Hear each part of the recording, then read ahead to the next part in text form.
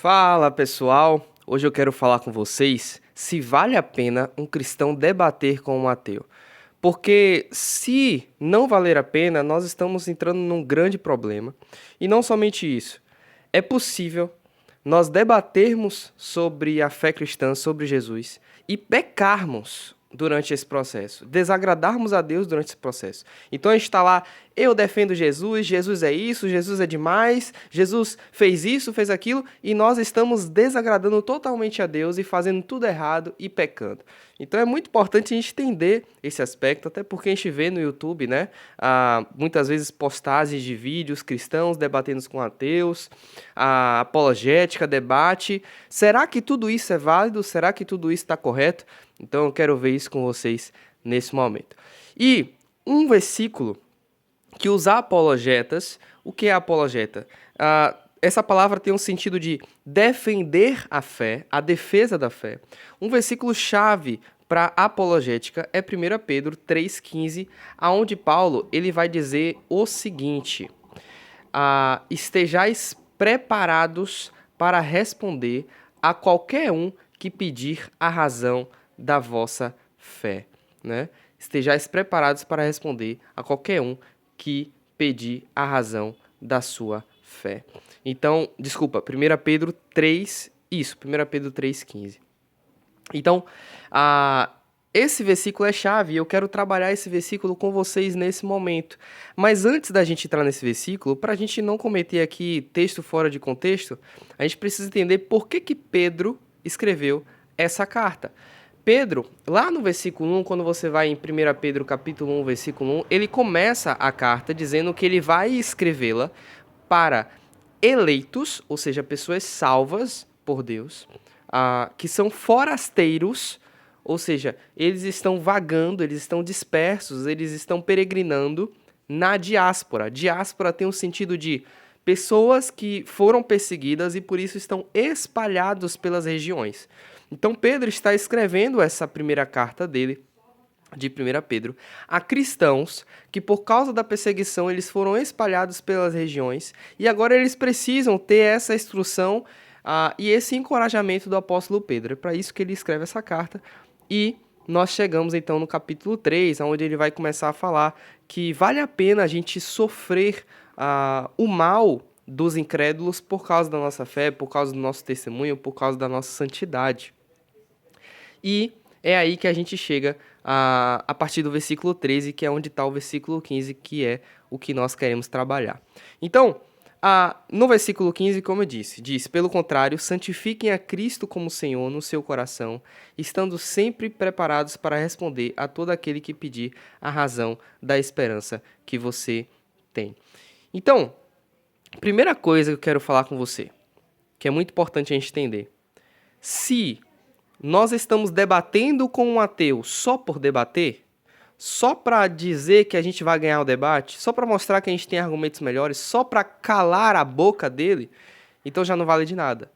Porque o contexto desse versículo que o apóstolo Pedro vai trazer, a partir do versículo 13, é o fato de que nós estamos defendendo a nossa fé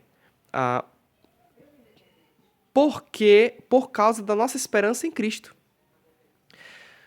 Pensa bem, Pedro escreve para cristãos que estavam sendo perseguidos.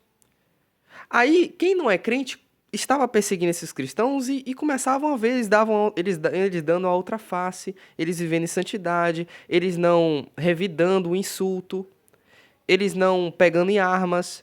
E eles começam a perguntar a esses cristãos: ei, por que você faz isso? Por que você escolhe sofrer? Por que você faz isso? E aí Pedro está dizendo: vocês fazem isso por causa da esperança de vocês. E qual é a esperança do evangelho que Paulo vai dizer, Pedro vai dizer? É a esperança de que Cristo Jesus morreu, ressuscitou, foi assunto aos céus e voltará para nos buscar, para estar para sempre com Deus no reino de perfeição e justiça. Então, essa é a esperança que nos faz sermos perseguidos, continuar vivendo em santidade. E quando alguém que não é crente pergunta pra gente: ei, por que você continua sofrendo dessa forma? A gente deve estar preparado para responder, e essa é a ideia do apóstolo Pedro aqui, em 1 Pedro 3,15. A gente deve estar preparado para responder: ei, eu continuo sendo santo em meio à perseguição, porque eu creio que Jesus vai voltar e vai fazer justiça a todos nós. Então, sim, esse versículo ele é preferido pelos apologetas, porque ele nos mostra que ele nos dá a entender que a apologética, que a gente defender a fé, debater com ateus e tudo mais, é válido, mas esse contexto é muito importante, e esse contexto vai dar toda a diretriz da gente fazer isso corretamente, que é a gente testemunhar pensando também no testemunho. Pedro ainda vai dizer assim no versículo 16: mas façam isso com mansidão e temor, com boa consciência, de modo que naquilo em que fala mal de vocês, fiquem envergonhados esses que difamam a boa conduta que vocês têm em Cristo. Então, não é só defender a fé da gente. E aqui eu quero entrar no segundo ponto. Não é só defender a fé da gente. A gente precisa fazer isso de uma maneira amorosa. A gente tem que debater com o ateu com mansidão, com paciência. Não é num orgulho, não é com ira, sabe? Querendo ganhar no argumento, querendo nos defender da perseguição que estamos sofrendo, não. É amando aquela pessoa, querendo que aquela pessoa se converta ao Senhor Jesus Cristo e seja salva, né? E seja salva e seja um discípulo de Jesus. Então, o debate do cristão com o ateu não é um debate, em últimos termos, mas é, na verdade, um testemunho. Isso faz toda a diferença. Nós falamos que é debate, nós falamos que é a defesa da fé, nós falamos que estamos respondendo questionamentos de ateus, sim, mas a Bíblia nos mostra que muito mais do que isso. O bom debate, o debate que é válido, é quando você testemunha. Ou seja, você está vivendo a vida santa, a pessoa está questionando a sua fé, por que você vive assim? E você começa a responder a pergunta de quem está te perguntando. Então, outro padrão que precisa haver para isso, para que o debate com ateus sejam válidos, é a questão de a gente também estar preparado.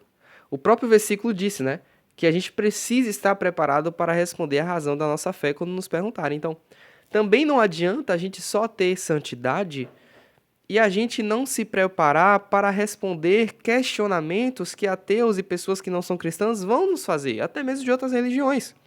A gente precisa estar preparado para responder essas coisas. Por exemplo, por que Jesus morreu? A forma sobre a ressurreição dele. A gente precisa responder o básico sobre a primeira vinda dele, a segunda vinda que ainda vai acontecer, que ele vai voltar. A gente precisa também estar preparado para responder a ligação entre a vida de santidade que a gente está perseverando em ter e o fato de sermos salvos por isso, né? E não somente isso também. A gente precisa entender mais do que... Muito importante aqui. Que a oração é tão importante quanto a gente ter bons argumentos, quanto a gente responder com lógica. A oração é tão importante quanto tudo isso. Por quê? Porque a gente entende, por exemplo, em 2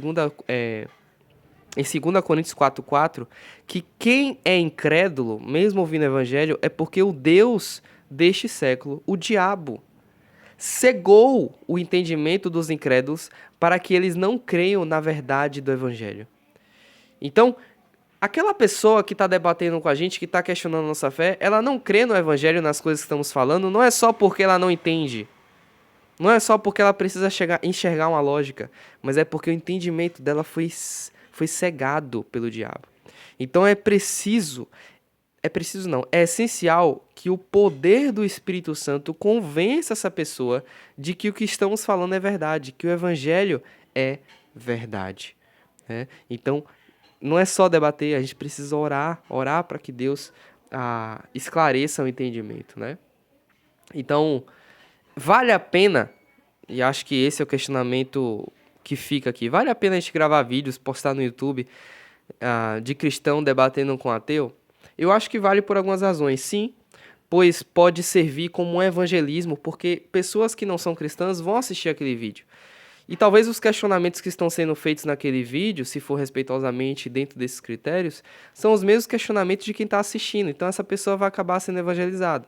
Outra coisa, não só ateus vão assistir esse vídeo, ou pessoas de outras religiões, mas também cristãos vão assistir esse vídeo e podem aprender a também defender a sua fé quando chegar esse momento, no dia a dia, no trabalho, na rua e tudo mais, né? Mas tudo isso deve ser feito com santidade, piedade e amor. Se você gostou desse vídeo, deixa um gostei, compartilha, se inscreve no canal e te aguardo aqui para mais vídeos.